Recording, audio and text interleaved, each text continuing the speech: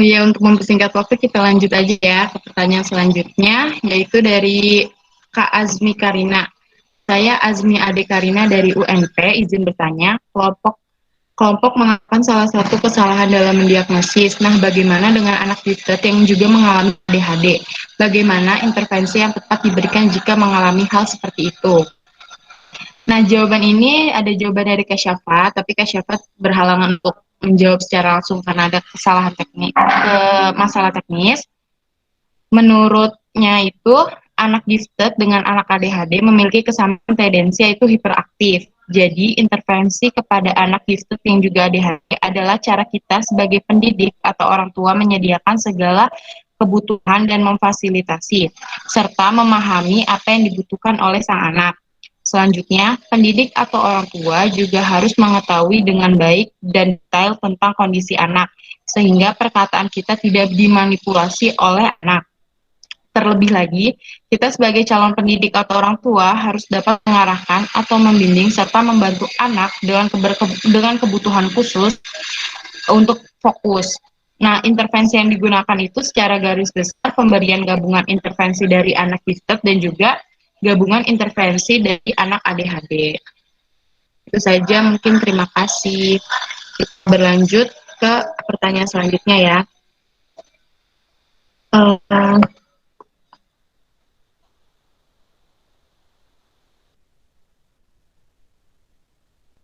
Ya, selanjutnya beralih ke pembahasan mengenai anak indigo. Ada yang dari Kak Herawati. Saya Herawati dari kelompok 3 ingin bertanya tentang anak indigo yang sudah dijelaskan oleh Kak Sandi. Kebetulan semasa kecil saya pernah mengalami hal seperti anak indigo dan berlangsung sejak usia 5-17 tahun. Akan tetapi, semenjak saya duduk di bangku kuliah, saya tidak pernah melihat hal-hal aneh dan hanya bisa merasakan hal gaib yang menurut saya ada ketika mereka datang. Pertanyaannya adalah, apakah ada batas usia untuk anak indigo? Apa hubungan anak indigo dengan sugestinya sendiri? Pertanyaan ini akan dijawab oleh Kak Sandi. Ya, cek. Ya, terima kasih kepada saudari, siapa tadi tuh? Lupa lagi. Terlalu banyak pertanyaan dari, siapa tadi teh? Dewi? Dari Kak Herawati, Kak. Oh ya, terima kasih kepada saudari Kak Herawati yang sudah memberikan pertanyaan tersebut. Untuk batasan usia, memang anak indigo itu terlahir sejak dari lahir, ataupun sejak anak tersebut itu dari 0 tahun sampai dia dewasa, ataupun sampai dia tua lah, bisa sampai meninggal juga masih dibilang dalam anak indigo juga. Nah, mungkin dari permasalahan yang terjadi oleh Kak Hera, mungkin yang Sandi rasakan memang setiap tempat itu memiliki auranya masing-masing. Apakah aura tersebut itu memang aura negatif ataupun aura positif. Sebenarnya untuk makhluk halus itu sendiri memang di setiap tempat itu ada. Tetapi ada yang makhluk halus yang memang mengganggu manusia, ataupun ada makhluk halus, ada yang memang permasalahan sejak dia memang meninggal. Ada juga makhluk halus yang memang sudah ada dari lama gitu. Itu ketiga permasalahan tersebut memang beda-beda gitu. Mungkin yang dialami oleh Kak Hera mungkin karena di kampusnya itu auranya memang tidak terlalu negatif, jadi tidak ada gangguan-gangguan yang memang dibilang kadarnya itu yang menakutkan gitu. Sebenarnya saya pribadi gitu ya, saat pribadi gitu ya, setiap tempat itu memiliki aura masing-masing gitu. Dibilang seperti ini ya, di kampus saya ya di Tasik sama adalah seperti gor tempat main bulu tangkis seperti itu kan ada di Tasikmalaya gitu. Kedua tempat aura tersebut tuh berbeda gitu. Kalau di kampus itu ada titik-titik yang memang di kampus itu auranya itu aura negatif, dan sedangkan di gor itu memang tidak negatif, tetapi di dekat ruangan tersebut tuh ada sebuah lapangan yang memang di sana itu ada aura-aura yang negatif seperti itu. Nah, perbedaannya seperti apa sih? Kalau di kampus memang ada satu titik yang memang membuat perhatian Sandi yang memang menjadi titik fokus gitu saat kuliah. Itu tuh karena ada permasalahan saat penjajahan Belanda, bahwa tempat tersebut itu dulunya itu bukan sebuah tempat yang memang pedesaan biasa, tetapi memang hutan gitu ya, kampus saya dulu. Karena saya pernah melihat masa lalu gitu dari kampus tersebut gitu, tempatnya gitu. Dan 1 bulan saya apa ya, membereskan permasalahan tersebut, dan alhamdulillah gitu ya, bisa juga permasalahan tersebut tuh bisa kelar gitu. Sampai-sampai gitu ya, setiap malam saya ke kampus sendirian jam 12 malam ya, itu demi apa gitu, demi tenang hidup Sandi gitu, supaya tidak diganggu terus gitu.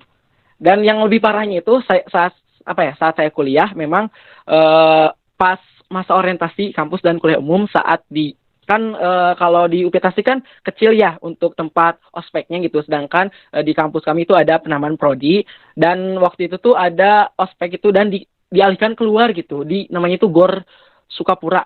Nah, di depan Gor Sukapura itu kan ada lapangan dadaha. Nah, ternyata di lapangan dadaha itu memang ada aura-aura mistis, katanya sih ada Nyironggeng. Nah, setelah itu kan kampus ada pembukaan nih. Pembukaan itu emang menggunakan alat-alat tradisional itu sendiri gitu. Nah, pas saat menggunakan alat tradisional tersebut, ternyata di tempat tersebut itu tidak boleh menggunakan alat tradisional seperti gendang, terus bonang. Itu tidak boleh sama sekali digunakan di daerah tersebut. Dan akhirnya kenapa Ratu dari tempat tersebut, Nyironggeng itu masuk ke tubuh Sandi, memberitahukan hal tersebut. Hari pertama memang biasa saja, tapi hari kedua mulai ke Sandi mengganggu. Sampai kesurupan berapa kali ya. Tanyalah ke teman Sandi yang ada di sini ada Mia, ada istri, dan teman yang lainnya, pasti mereka tahu. Dan hari ketiga, terjadilah kesurupan massal. Nah, di situ Sandi memang harus menyelesaikan permasalahan tersebut, dan permasalahannya itu memang kuncinya itu harus pindah ke kampus, dan 16 setelah di kampus memang tidak ada hal kejadian seperti itu lagi. Nah, seperti itu. Jadi mungkin yang dialami oleh Hera, mungkin di daerah tersebut mungkin auranya itu tidak mengundang aura-aura negatif seperti itu mungkin. Kalau kalau terjadi seperti itu mungkin karena setiap tempat itu memiliki permasalahannya masing-masing. Nah, untuk permasalahan yang tadi katanya antara anak indigo dan sugestinya, apakah keduanya memang ada kaitannya? Memang ada gitu. Sugesti dari anak indigo sendiri itu memang kuat gitu, beda dengan anak-anak biasa seperti itu. Itu mungkin penjelasan dari Sandi. Wid. Iya, terima kasih Kak Sandi. Ini ada pertanyaan khusus buat Kak Sandi lagi nih Kak. Dari Kak Arjuna, saya juga ingin bertanya kepada Kak Sandi terkait indigo. Menurut Kak Sandi, apakah anak indigo itu egosentris?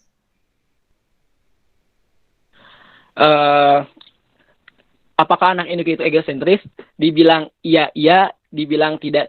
Bagaimana cara orang itu untuk seperti membuat percaya Sandi itu memang susah sekali ya. Memang Sandi memang punya pendirian sendiri. Ketika orang contohnya menasehati Sandi, itu memang ada yang diterima dan banyak yang tidak diterima. Kenapa? Karena cara pemahaman mereka kepada Sandi pribadi gitu. Ada yang memang secara baik, halus, dan secara memang tidak baik itu secara langsung atau bagaimana. Nah, seperti itu mungkin disebut egosentris, iya, tetapi disebut tidak, iya bagaimana anak indigo itu menanggapinya gitu. Kalau menurut Sandi gitu. Bagaimana cara mereka menerima gitu, pandangan orang terhadap dirinya gitu, seperti itu. Bagaimana individunya masing-masing.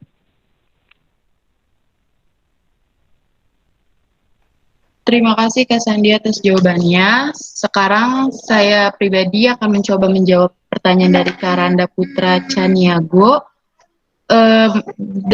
Dari pertanyaannya yang bagaimana cara mengidentifikasi anak indigo secara ilmiah, karena keadaan ini masih dianggap sebagai hal perspektif individual yang belum terukur secara ilmiah.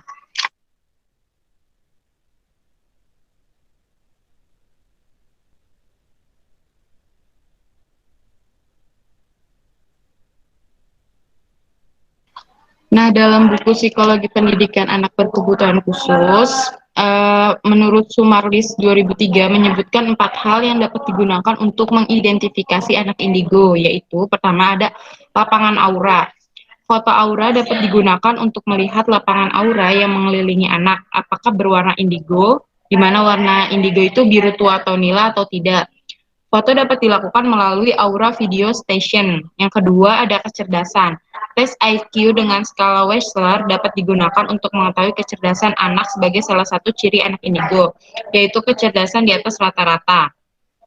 Walaupun menurut McCloskey mengatakan bahwa tidak semua anak indigo tergolong berbakat, tetapi hampir semua memiliki kecerdasan sangat superior minimal pada satu subtes.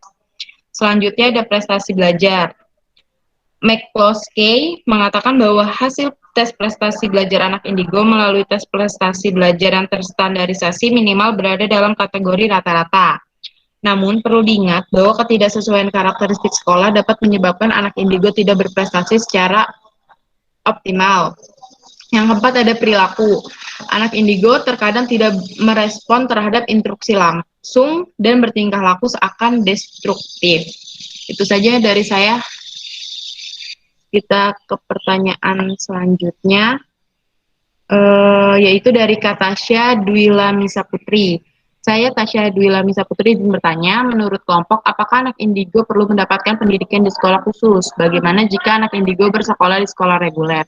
Apakah akan terjadi diskriminasi atau justru dapat meningkatkan kemampuannya untuk berinteraksi dengan teman-teman seusianya? Pertanyaan ini akan dijawab oleh Kak Dedi. Silakan Kak.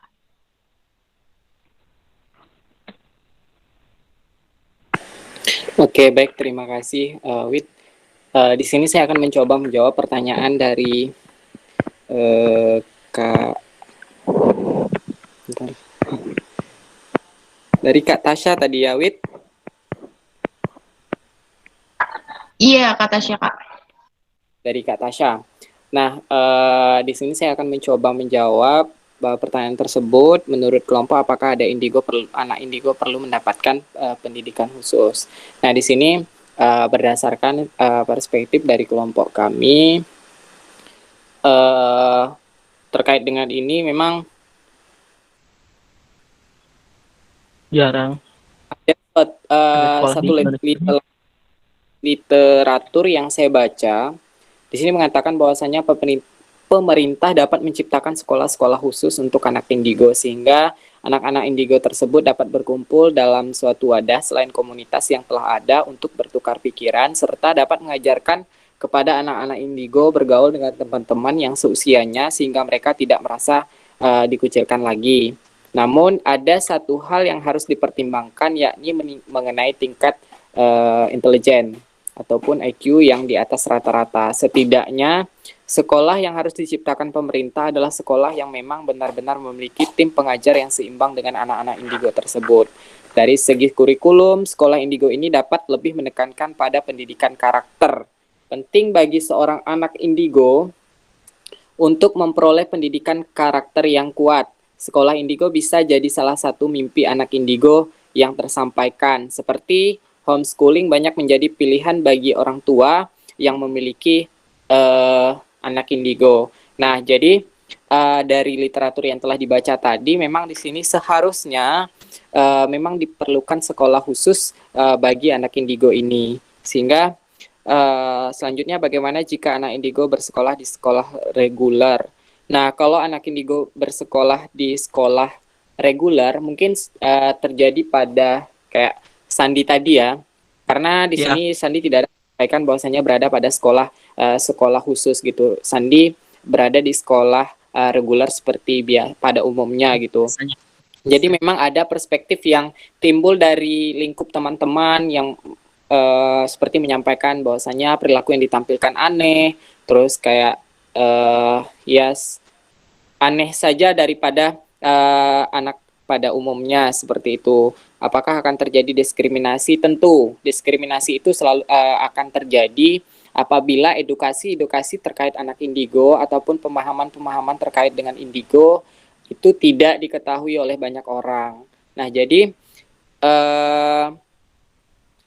ketika berada di lingkup sekolah, memang kita sebagai kembali lagi kepada peran kita sebagai tenaga pendidik. Edukasi yang seperti ini kita memang harus tahu lebih dini gitu. Tidak lagi menjadi hal awam kita sebagai tenaga pendidik. Jadi memang kita sudah lebih paham kebutuhan dari peserta didik kita. Kita udah tahu kebutuhan setiap peserta didik itu kan kita tidak bisa memandang setiap peserta didik itu sama. Jadi kita harus memandang setiap anak itu memiliki keunikan tersendiri. Sehingga kebutuhan yang kita berikan, intervensi yang kita berikan itu tidak satu sama rata semuanya. Jadi seperti itu. Teman-teman. Selanjutnya izin menambahkan Kak iya Sandi, mohon maaf sebentar ya. Meningkatkan kemampuan untuk berinteraksi dengan teman-teman seusianya, kemampuannya untuk berinteraksi. Nah, hal itu perlu kita lakukan. Makanya tadi dengan adanya edukasi-edukasi, maka kita bantu anak ini untuk berinteraksi dengan temannya, terus ada feedback dari temannya karena temannya sudah tahu edukasi terkait dengan indigo, temannya sudah bisa lebih paham, jadi akan ada feedback yang positif di antara kedua belah pihak. Seperti itu. Nah, intervensi yang tepat itu melalui homeschooling, pembelajaran yang lebih tepat, terus juga pendamping yang lebih tepat untuk anak-anak yang seperti ini. Mungkin itu jawaban dari saya. Saya persilakan Sandi. Ya, izin menambahkan, mungkin ini adalah pengalaman Sandi, mungkin bersekolah di sekolah reguler, memang 6 tahun saya di sekolah dasar itu memang, ke 6 tahun itu memang Sandi memang sulit untuk berbaur dengan teman-teman, karena teman-teman menganggap Sandi itu aneh, sampai guru-guru juga kan sering juga kayak mukul Sandi, karena memang mereka tuh, apa ya, ketika Sandi menjawab sesuatu itu dengan hal benar, dengan cepat, itu mereka tuh menganggap Sandi bahwa Sandi tuh cek nama gitu, Niron tuh apa ya? Kayak ya lihat jawaban temen gitu. Ada yang orang pintar banget tuh dibandingkan Sandi waktu itu. Ketika itu tuh memang sering dipukul, sering diejek. Apalagi Sandi itu sulit memang bergaul itu dengan laki-laki. Karena laki-laki itu meskipun mereka itu ngejek Sandi itu dengan perkataan yang memang sederhana, tapi kata sederhana itu membuat Sandi itu memang, oh iya, sadar diri, sering menangis, terus aing terdiam sendiri gitu. Makanya Sandi berteman dengan perempuan yang memang perempuan tersebut tuh kayak apa ya? Memang dulu gitu ada teman Sandi yang memang berkebutuhan khusus dulu dari kelas 1 sampai kelas 6 gitu. Feni namanya, itu memang dia itu anak ABK bener gitu. Sandi sampai-sampai berteman dengan dia gitu. Karena Sandi bisa memahami dia gitu. Meskipun kita itu cara berbicara ataupun bergaul itu berbeda gitu dengan anak ABK gitu. Anak ABK tersebut tuh jenisnya mau Sandi tidak bisa dijelaskan karena memang ini privasi saya sendiri gitu. Dan sampai berteman dengan itu gitu. Kita kemana-mana berdua gitu. Meskipun umur kita memang jauh gitu waktu itu. Ya intinya itu ejekan dari teman-teman itu yang membuat Sandi down itu memang benar-benar gitu. Tetapi ketika Sandi masuk sekolah menengah pertama, dari situlah Sandi mulai memotivasi diri sendiri untuk bisa berubah gitu, menyembunyikan hal tersebut dari teman-teman. Dan ketika memang ada bisikan-bisikan yang memang tidak terduga di saat SMP juga, Sandi mencoba menahan hal tersebut itu, supaya tidak terjadi lagi di sekolah dasar gitu. Sekolah dasar Sandi itu adalah kelam, masa-masa di mana Sandi kelam, di mana masa-masa Sandi itu banyak menangis, banyak menyakiti diri sendiri. Itulah masa-masa SD Sandi. Makanya ketika Sandi sekarang sebagai pendidik, bercita-cita sebagai Menteri Pendidikan, memang Sandi pengen ada sekolah yang memang khusus untuk anak-anak yang memiliki kebutuhan khusus gitu, supaya mereka itu bisa diterima oleh temannya, bisa satu pemikiran dengan temannya. Jangan sampai seperti Sandi yang sampai sekarang juga masih ada kata trauma dari kehidupan Sandi yang membuat Sandi memang harus bisa membenah diri untuk bisa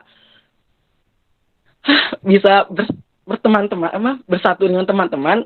Ya kuliah juga memang banyak sekali musuh lah bagi Sandi gitu, karena mereka itu tidak pernah sepemikiran dengan Sandi seperti itu. Jadi untuk teman-teman semuanya yang memiliki teman yang memang aneh, jangan ada kata ejek ataupun pemikiran yang aneh gitu, supaya mereka itu berkembang gitu.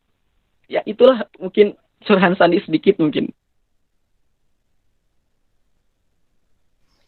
Terima kasih Kak Dede dan Kak Sandi. Kak Sandi, terima kasih ceritanya. Jadi kita tambah pengetahuan lagi. Untuk mempersingkat waktu, kembali kita ke pertanyaan selanjutnya ya. Ini dari pertanyaan dari Kak Radel Paruntu. Saya Radel Paruntu dari Unima, perwakilan kelompok 6. Izin bertanya kepada kelompok anak berbakat dan indigo. Perihal anak indigo, kenapa anak-anak indigo seringkali diasosiasikan dengan hal-hal yang berbau mistis atau supranatural? Apakah mereka mengalami halusinasi berlebihan? Pertanyaan ini akan dijawab oleh Kak Fira. Dipersilakan, Kak. Baik, terima kasih kepada Widya. Jadi kita harus mengerti dulu secara harfiah itu kan indigo itu berarti warna biru tua atau mengarah ungu lembayung atau nila. Nah, dikutip dari Depression Alliance itu, indigo itu pada warna tersebut itu mengacu kepada cakra yang memiliki koneksi ke alam spiritual gitu. Jadi keahlian spiritual yang dimiliki anak indigo ini membuat mereka berbeda dibandingkan dengan kebanyakan orang lain. Bedakan juga dengan orang yang berhalusinasi gitu. Kadang mereka yang melihat hal-hal spiritual dan berhalusinasi berlebihan, lalu mereka mengatakan dirinya bahwa dia itu adalah indigo, padahal indigo itu tidak selalu hanya mengenai hal spiritual kayak gitu. Kan tadi sudah dijelaskan tipe-tipe indigo seperti apa gitu. Jadi tidak harus selalu itu, tapi yang mengacu kepada hal-hal berbau mistis itu adalah karena pengertian dari indigo itu sendiri yang mengacu kepada warna. Terima kasih. Ya, pengalaman Sandi juga ya, mungkin izin menambahkan, emang dulu pernah Sandi pas SD memang pernah diajak ke psikiater untuk berobat. Ternyata di sana memang Sandi tidak ada gejala apapun, tidak ada apa ya kata ya gitu apa overdosis obat tidak, dan hal yang lain tidak, dan normal-normal saja gitu. Karena intinya seperti ini, saya yang merasakan, saya tidak bisa membuktikan secara kasat mata karena hal tersebut itu tidak bisa dilihat oleh kasat mata gitu. Hanya orang-orang tertentu yang bisa melihat hal tersebut. Jadi saya juga ya, yang anak ya bisa dibilang anak indigo, saya tidak mau memiliki apa ya hal seperti ini tuh, karena melihat dunia beda gitu dengan dunia kita itu menyeramkan teman-teman. Bukan apa ya, oh cara enak Sandi bisa melihat ini, tidak, takut sebenarnya takut, tapi Sandi harus mencoba melawan rasa takut tersebut untuk bisa apa ya mengejarlah cita-cita Sandi gitu, mengejar apa yang Sandi impikan selama ini seperti itu.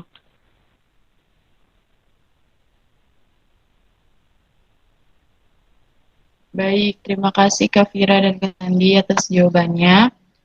Selanjutnya ada pertanyaan dari Kak Sonia Putri Nurhidayah Songla. Izin bertanya, saya Sonia Putri Nurhidayah Songla dari Universitas 19 November Kolaka. Apakah ada anak yang biasa disebut memiliki indera keenam disebut indigo, ataupun sebaliknya? Apakah ada persamaan atau perbedaan di antara keduanya? Terima kasih. Pertanyaan ini akan dijawab oleh Kak Andi Ulan. Silakan Kak.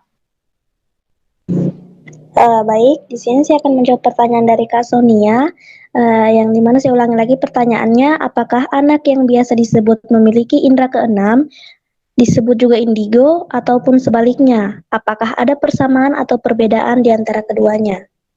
Baik.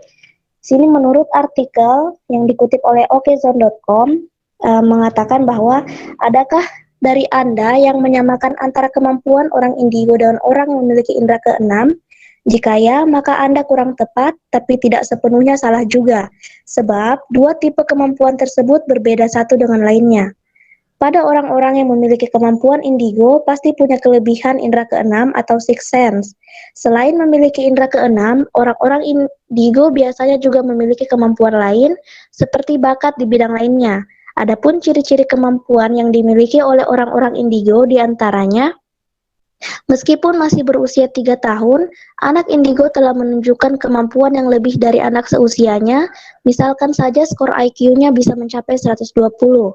Selain itu, anak indigo juga mengalami perkembangan yang cepat dalam hal kecerdasan otak dan spiritual. Namun, dalam segi ciri fisik nampak tidak ada perbedaan antara anak indigo, pemilik indera keenam, dan anak biasa. Kelebihan lainnya, anak indigo biasanya lebih bijak karena lebih matang secara spiritual. Mereka juga kerap dianggap aneh karena terkadang terlihat seperti berbicara sendiri entah dengan siapa. Sebaiknya masyarakat tidak perlu menjauhi atau menganggap aneh orang-orang indigo karena mereka pun perlu diterima oleh masyarakat dan keluarganya. Keistimewaan orang-orang indigo lainnya, mereka bisa melihat kejadian yang bisa terjadi di masa depan atau bahkan masa lalu. Setelah merasa seperti ada bayangan soal masa depan, biasanya orang-orang indigo akan mengetahui orang yang bersangkutan dan tidak jarang perkataannya benar terjadi. Sementara bagi orang-orang yang memiliki indera keenam, hanya memiliki kemampuan itu saja tanpa kemampuan yang dimiliki oleh orang-orang indigo. Sebagian orang mengetahui kelebihan orang yang memiliki indera keenam, biasanya hanya bisa merasakan kehadiran makhluk halus. Tetapi, ternyata tidak semua orang yang memiliki indera keenam itu hanya bisa melihat makhluk halus, sebab ada beberapa kemampuan lainnya yang juga dimiliki oleh orang yang memiliki indera keenam, seperti telepati, mendeteksi kebohongan, dan penglihatan kedua.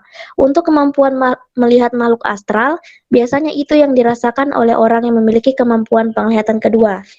Baik, itu saja dari saya. Selanjutnya saya kembalikan kepada moderator. Terima kasih Kak Andi Nurwulan dari atas jawabannya. Teman-teman, karena mengingat waktu sudah melewati jamnya ya, mohon maaf sekali. Kami tutup pertanyaan mengenai materi anak berbakat dan indigo ya. Terima kasih antusiasnya teman-teman.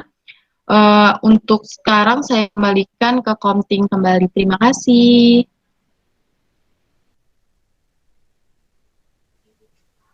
Oke, terima kasih kepada kelompok Tunalaras dan anak berbakat dan indigo atas pemaparan dan jawaban dari pertanyaannya. Teman-teman yang udah ngisi absen boleh silahkan meninggalkan Google Meet karena kita sudah selesai. Makasih juga buat teman-teman yang udah sampai akhir ada di room. Makasih banyak. Sampai